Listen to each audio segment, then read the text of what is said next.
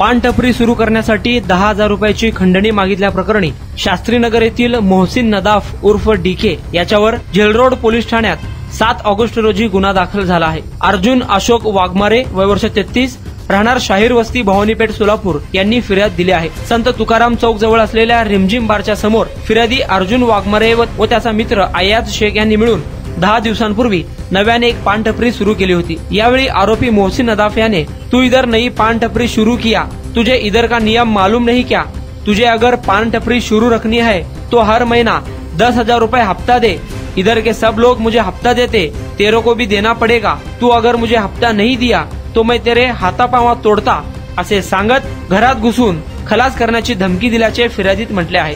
बेकायदेशीररित्या हप्त्याची मागणी केल्याने व जीवे मारण्याची धमकी दिल्याने अर्जुन वाघमारे यांनी दिलेल्या फिर्यादीनुसार मोहसिन नदाफ उर्फ डीके राहणार शास्त्रीनगर याच्यावर जेलरोड पोलीस ठाण्यात गुन्हा दाखल झाला आहे। अधिक तपास पोलीस सब इन्स्पेक्टर मोरे हे करत आहे।